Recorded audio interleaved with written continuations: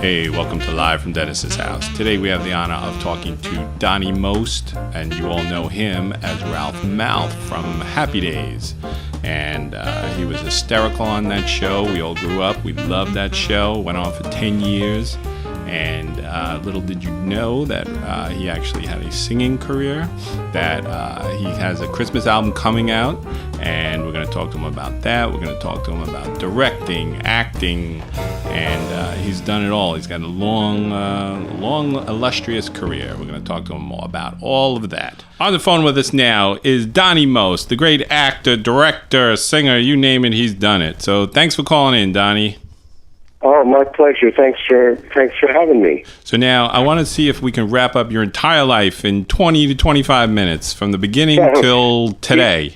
So now, easy. Easy. So now you grew up in Brooklyn, and I'm interested to know about your childhood. How was your family, your siblings? Where'd you live? Go to school? Play sports? Any stuff like that? Oh, okay, sure. I grew up in the Flatbush section of Brooklyn, which was about a mile or so from the old Ebbets Field. Although, I was a big Yankee fan because the Dodgers left. Okay. In '58, and then I started following baseball a little after that. I have a older sister, Randy, 2 years older than me. And we grew up in an apartment building on Ocean Avenue in Flatbush, and I went to Erasmus Hall High School, which same high school that Barbra Streisand went to, and Neil Diamond went there for a couple years, and a lot of other well-known people. And I started pursuing my the first real love in terms of the show business side of things was singing. I started pursuing it pretty young. I was about 13. I would take the subway from Brooklyn into Manhattan on Saturday mornings to go to this school for singing and acting, and they made me take some dancing, which I didn't want to do, but I kind of had to. And I always loved the music of all the standards, the Great American Songbook, and then I really started getting into, after that, more of the sort of the jazz standards, more than all the same songs, but with that kind of approach, and big band and swing and jazz, and started following all the great singers of who did that before, whether it be Sinatra or Ella Fitzgerald or Nat King Cole, and then Bobby Darin, who became my real favorite, and many others. Joe Williams, who sang with the Count Basie band, and Mel Torme and Dee Martin. I started getting an education listening to this radio station in New York City called WNEW. Wow, and there was a DJ, William B. Williams, and he played all the greats. And I would be up every night listening to him and getting an education and becoming a huge fan of that music. And that's what I decided to do more, in the last few years. Anyway, so that's in the Reader's Digest version, sort of the end, that whole beginning for me, which was music, and then I switched after that summer. I kind of took a little bit of a turn and put the singing aside for a little while and went into a more serious acting class, and was focusing much more heavily on that. And that led to me doing some work in New York, and then eventually going out to California, and then getting Happy Days, after some other shows that I got first. Right. Guest starring roles, and then Happy Days. Now, you mentioned these other shows that you got before Happy Days, and I saw a list, and these were some of my favorite shows growing up as a kid. And, you were on Emergency, Room 222, Police Story, and even Petrocelli. I bet nobody remembers this show but me, I think. Which one? Petrocelli, it was called? Oh, Petrocelli, Petrocelli, yeah. That one I actually did while I was on Happy Days. The other ones were before. Okay. But Petrocelli it was probably, I don't know, maybe in my third season. I was already into the third season of Happy Days. I'm thinking second season when I did that show. Yeah, that was I don't think that show lasted that long, so not too many people would know that. Yeah, right. That's a good trivia. Yeah. So now, but the other ones, I mean, and the interesting thing was that my main interest was really more on the dramatic side. I was much more interested in doing that, and and the police story was certainly drama and emergency. I played a guy that got paralyzed in an accident, and so those were dramatic shows. The Room 222 was more comedic, right? But the other ones were certainly dramatic, and that was my real kind of focus. But when I wound up doing Happy Days, of course you get, and it was as successful as it was, you get very associated with that, and then it was hard for me after that to even get auditions for the dramatic shows, Right. Like Police Story, they would never see me. They wouldn't even let me read it for a part. But where before it was, it was open. It was an open season, open game, and so that became kind of frustrating for me in terms of trying to sort of go after a career after Happy Days. It was certainly a hurdle, a challenge. Right, it's frustrating, right? Because you're an actor. This is what you do. You play different roles, and exactly. That's what that was my intent, and I mean, that I love that aspect of acting, is playing all different kinds of roles and people very different than myself. And even Ralph, the character on Happy Days, was very different than myself. I was never in high school, I was very much the straight, kind of quiet, introverted, more like Richie Cunningham's character, and then I was Ralph. Yeah. But that's the fun of it, and I knew people like that, and that's what I wanted to do. And then you get kind of that old cliche being typecast, and so it was frustrating. I've been as time has gone by, it's gotten easier and better in that regard, where I'm certainly a lot older now, and so there's separation, and I've been playing. I just did a movie came out in the end of September, a psychological thriller that I had a nice role in, called Follow, and there's been other independent films, and so I'm still not as abundant as I would like those kinds of roles, but I've been getting chances more and more to do different things, Even on the recurring role on Glee, which was fun. I mean, it certainly, that wasn't dramatic, but it was it was a different character completely. So that was a lot of fun, and there've been others. Yeah, and you've had like a long career after Happy Days. You've done it all: directing, acting, singing, music. But the one thing that you were my favorite character on Happy Days, and you had this great comedic timing. And it's interesting that you said you were more dramatic, and you're nothing like that. So where did that come from? And like, who were your comedic influences growing up? Who did you like? Yeah, when I was really young, I used to love watching Abbott and Costello. They were some of my up there among the favorites. Especially, I mean, you couldn't have Costello without Abbott, but Costello was, I thought he was fantastic. Yeah. And I also used to love watching W.C. Fields. And, he was my favorite too. Yes, hysterical. Oh, I love W.C. My friend and I used to sit and watch his movies all the time.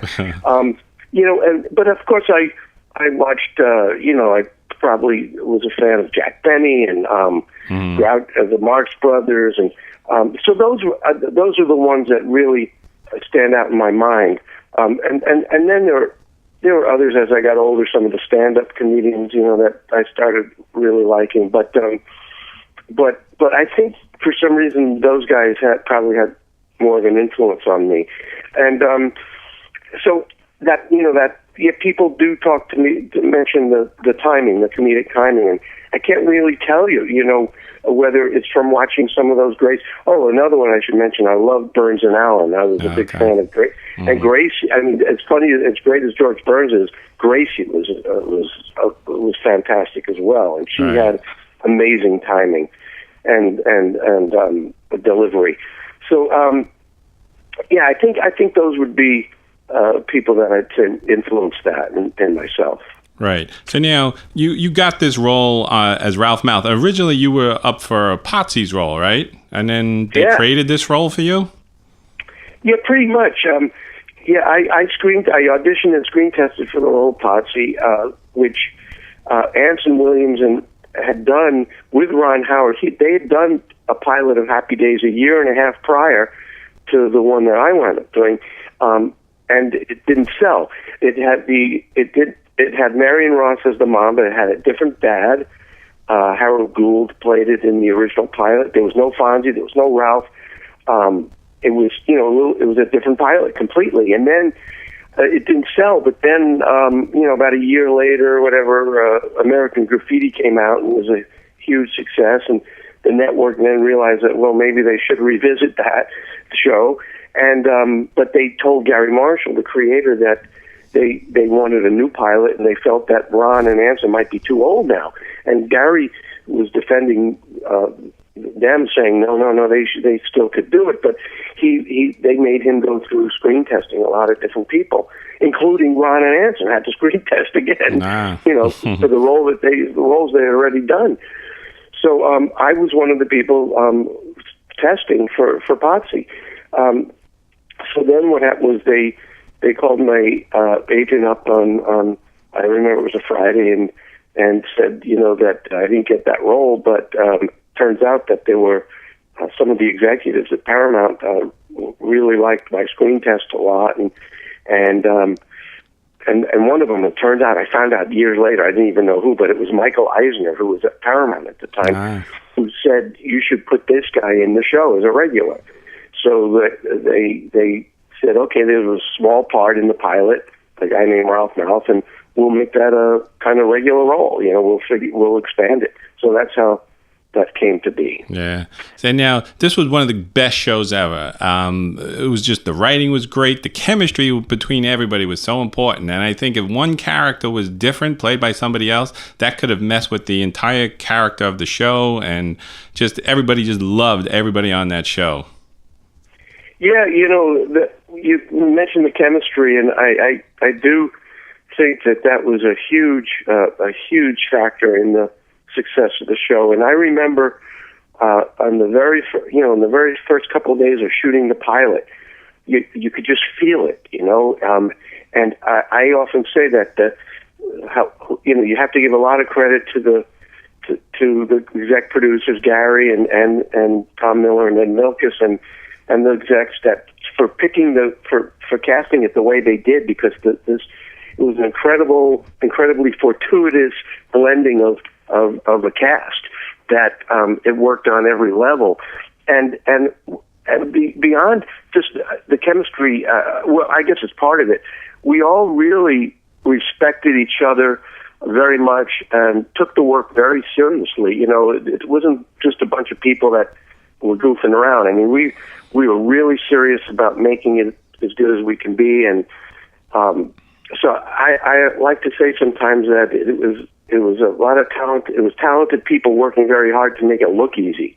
But right. Back then, I think we were almost sort of not taken seriously, and they thought, we were a piece of like fluff material, and thought we were just, like I said, goofing off, having fun. But that wasn't the case. But and I knew there was something. I remember calling my parents in Brooklyn and saying, I have a really good feeling about this, and I know they thought I was just having wishful thinking that this was going to sell.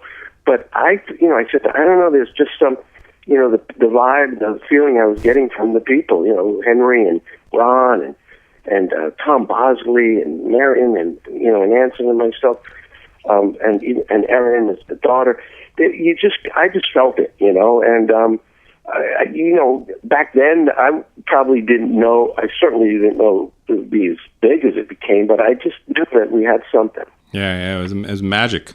And now, the one thing, this was, during the 70s, you're a young single guy living in Hollywood, getting a lot of money at this. How did you stay grounded at this time? I don't remember any scandals or you going off the rails or anything. Yeah. I owe a lot of that, I think, to, a really good, upbringing, and my parents and my grandparents and, the family, a very strong family support structure. And it was difficult adapting to that when you're young. And I often say in acting class, they don't give classes for dealing with, that sort of shift in your life. Right. And then I owe a lot to my, when I got married to a woman I met on Happy Days. She had a small guest role, a couple of episodes, and we started dating and got married 2 years later. And Morgan, and she, I owe a lot to her. I think that helped keep me grounded. Yeah. And then when we started raising a family with 2 wonderful daughters, that was huge in my life to keep me sane, because otherwise I often say I shudder to think of where I might be. Right. Now, and you've been married probably about 35 years now. That's a miracle in Hollywood, right? Yeah, it'll be 35 in February, and I guess it is certainly more in the minority for that kind of longevity. Wow. So, I feel very, very lucky. I found an incredible woman, and she's just amazes me more every day. And I don't know what great. else to say. Yeah, congratulations on that. Now, you mentioned Gary Marshall and Jerry Paris. Now, what impact did they have on you? They must have been a huge influence. Oh, huge. Yeah, incredibly so.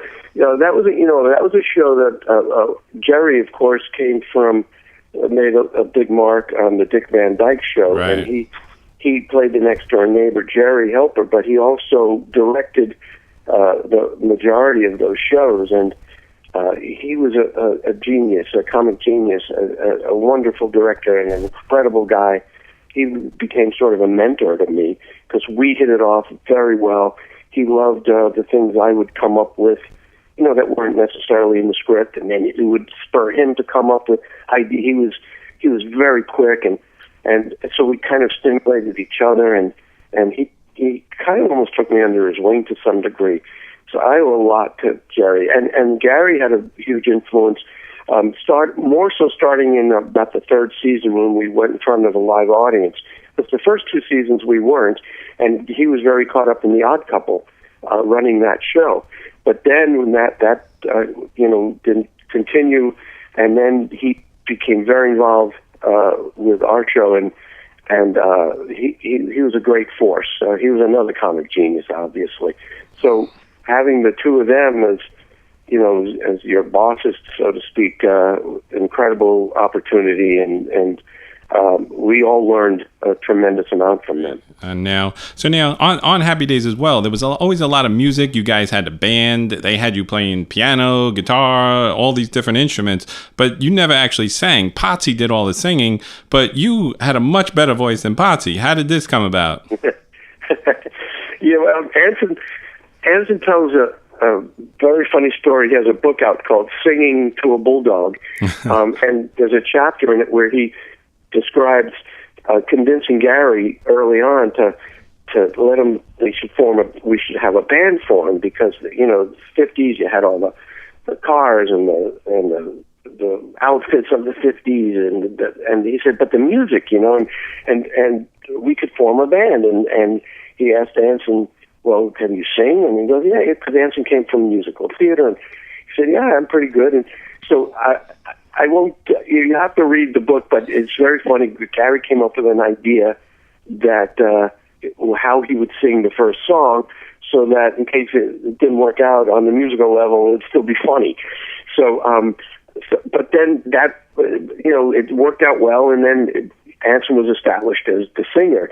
And then, I went to Gary, when I realized what was going on, because, all these episodes with Anson singing, so, which was fine, but I went to Gary and made a big case, lobbied to try to, you could have more than one singer in a band, and can I do some of it? But Gary was very adamant. He was very set that, he had already established Tim in that way, and my character was something else, and he didn't want to mess with that. So, that was it. And I sang, background. Every once in a while, I sang a song in a special kind of show, but for the most part, I didn't.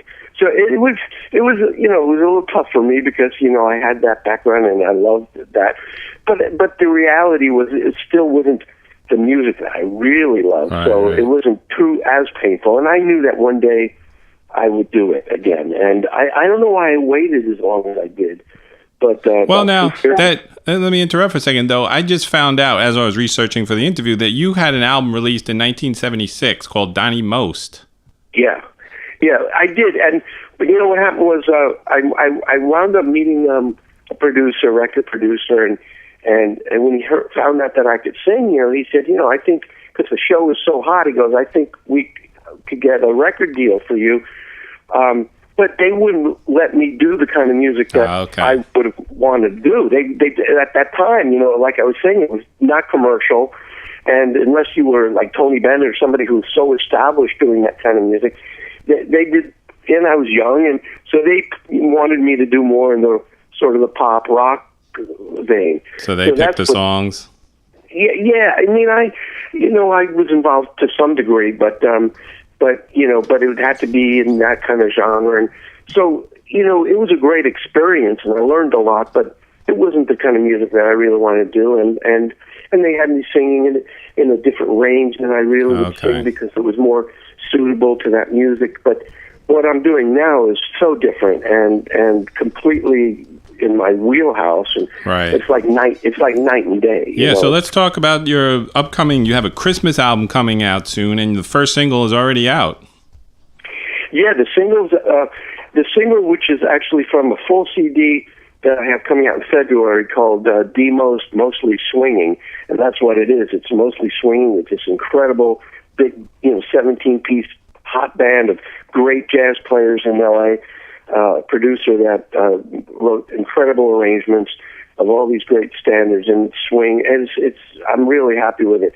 And this is the single from it is a little different than most. It's not quite as much of the big band jazz. It's a little bit almost somewhere in between jazz and pop. It's called C'est Si Bon, right? And that's out now on iTunes and Amazon. It just came out.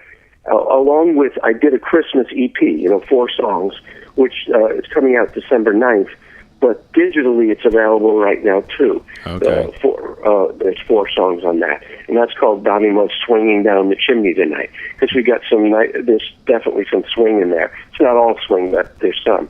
So, so I got the single out, I got the Christmas thing coming out, and then the main CD in February. That's coming out in February. Yeah, that comes out February 10th or 14th, somewhere right around there. Right. And I really can't wait for that to come because that's the big, full out CD. And although the other stuff is great too, I mean, I really enjoyed doing it, and I think it came out. Yeah, really I was well. listening to some of it today, and I absolutely love Christmas music. I love big band music. I love all of this stuff. And I was listening to the Christmas song by your version, and that's my favorite song of all time, the Nat King Cole version. And I was like, oh, this is a great version. You did a great job on that song, and the others as well. Oh, thank you so much.